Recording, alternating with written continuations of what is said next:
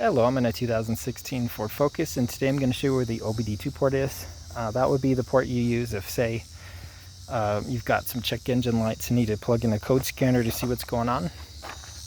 But this goes right down in here. And then this covers here, you should see something that says OBD2. So we'll look right inside of here, and you should see it mounted right there. So that's what we're looking for. Sometimes these get pushed up back inside the dash too, so you might need to fish around in there till you find it and pull it back out, which you could do through here or going from this back side.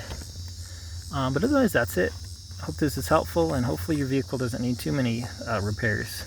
Sometimes, yeah, these particular models are good, but sometimes they got transmission issues, so, or clutch issues. So hopefully it's not that issue for you in this case. But otherwise, hope you have a wonderful rest of your day, and best of luck.